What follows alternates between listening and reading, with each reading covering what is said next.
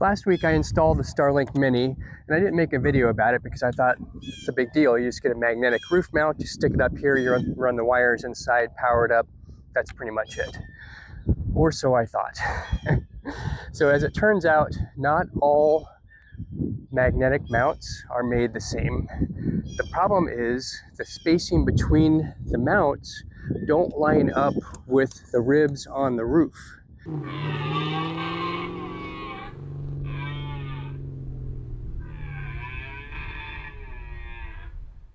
I don't know about the Transit or the Sprinter, but I do know about the ProMaster in terms of whether or not these are appropriate for this van. This particular one I bought, not appropriate for this van. The spacing between the magnets make it so that a lot of the magnet ends up off of the rib, which means that if I'm going down the road, the wind could truly take that right off. It just doesn't provide enough holding power. So I mounted it all the way back here because this solid piece that goes across the back was a great place for the magnets to attach to.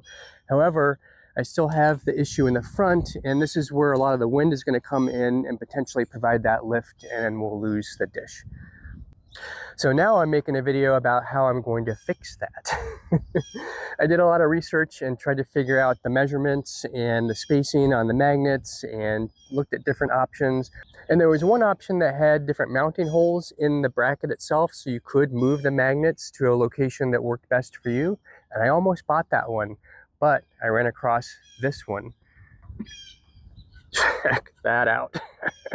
8 magnets. This is 560 pounds worth of holding force. And the spacing between here and here is a lot better than the spacing here. So that's why I bought it, because of the spacing and because of the magnets. Now watch how these line up.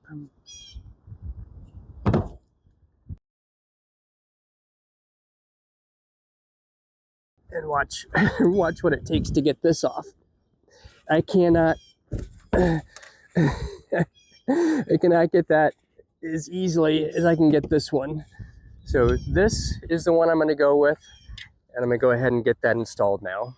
Okay, so I got to get this off of here first, and that's not a problem because it does come right off. And then I've got to unplug these, and these should pull straight out.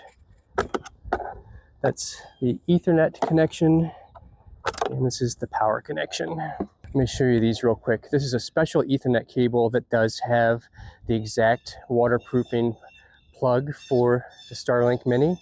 And of course, this is the power that came with it. These run underneath here to this input. I put it on here for a reason. The interior of the van's ceiling is pretty much finished. I could take down a panel and go through, any of these places here to feed the cable, but I didn't want to do that because this is super easy to get to. I quite literally just unscrew these 2 screws. This entire plastic piece pops off, and you have a pass-through straight into the interior of the van, very quick and easy. No cutting the metal, no painting the metal, waiting for the paint to dry. I opened the Max Air fan so you could see. Also did this during the install, so I just routed the wires across this way, and then when this is down, it pretty much covers all that. And these little standoffs actually hold really well. I've had that on my solar panel wiring for, gosh, almost a year now, and it's held up quite well. Haven't had to replace any of them.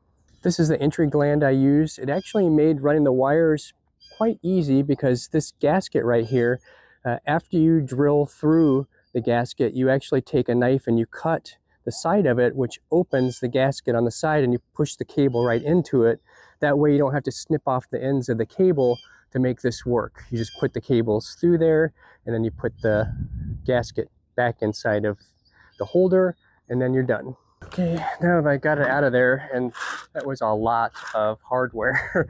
I was hoping that was a one-time thing. I would never have to undo it, but that's how things work. Let's take a look and see how these compare with each other. So look at the distance between the magnets here and the magnets here. So no matter which way I line this up, this was just a little too wide for the ribs on the van.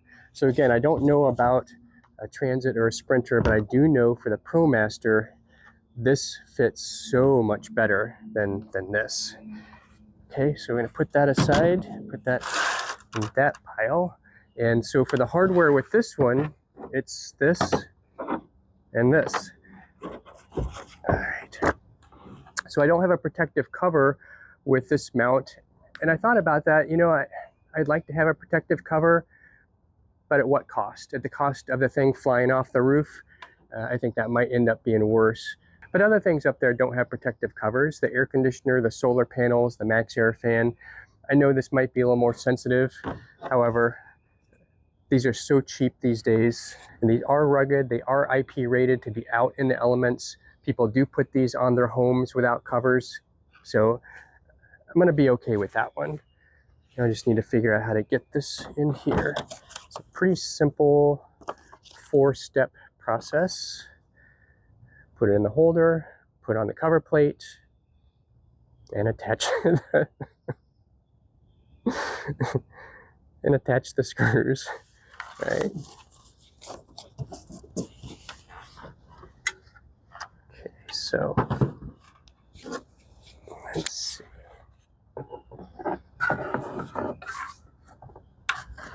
That,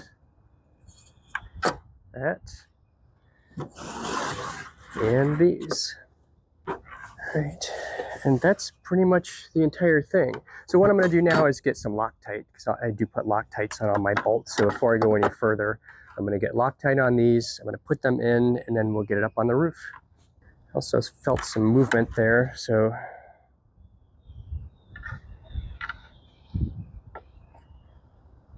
okay.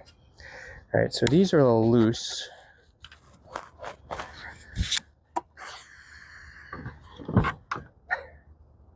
You know me, if I don't like something, I will undo it and try it again. So I'm going to take these off. I'm going to tighten these bolts because I see some nuts in there. So I see the nuts spinning as I do this. And that might be fine, but also it might be an indicator of an issue. Do you wonder why it takes me so long to do things? Just to be safe, I pulled all these nuts off of the bolts all the way down. I just put that one back on, and I'm adding Loctite to them, and then I will put these back on and tighten them up. All right, and back on the roof it goes. It's still not perfect. I've got a little bit of hang off on each side, but still, with 8 magnets holding that in there, it is not going anywhere. All right, now I just need to do a little wire management. So I'm gonna get these connected back up, and then I'll be done. All right, there it is, all buttoned up and ready to go. Now, I'm not affiliated with this company in any way. I purchased this with my own money. I'm not a sponsor. I just found it on Amazon and I bought it. I'll put a link to it in the description below, and it's not an affiliate link, it's just a link. So feel free to go ahead and click on that and look at this product for yourself. This has 560 pounds worth of magnetic holding force. It can sustain up to 120 mile-an-hour winds without coming loose. I haven't seen any other product claim that's a magnetic type of mount. Now, I don't think the Moose fan is ever going to get up to 120 miles an hour. I'm not sure I could do that safely. But in Colorado, the speed limit is 75 miles an hour. So if you're traveling at about that rate of speed and you experience a very strong headwind, 40 or 50 miles an hour, well, that gets you pretty close to the 120 miles an hour. So I feel a lot safer with this mount than the previous one. I ran the Ethernet cable down the D-pillar, and it's just coming out the bottom right here. And I protected the end of it while I fished it through the system.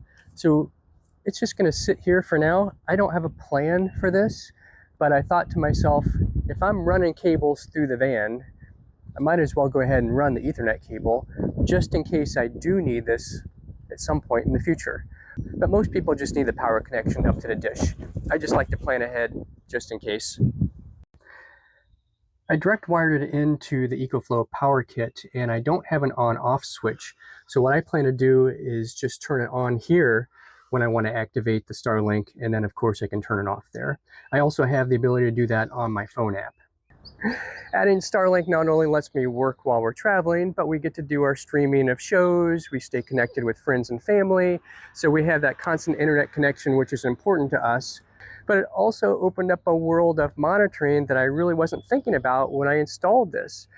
So now we have 5 of these Blink 4 outdoor cameras, and we have them on magnetic mounts, and I don't think I'm going to drive with them like that, but when we get someplace and set up camp, we just run around the van and stick them up where we want to stick them up.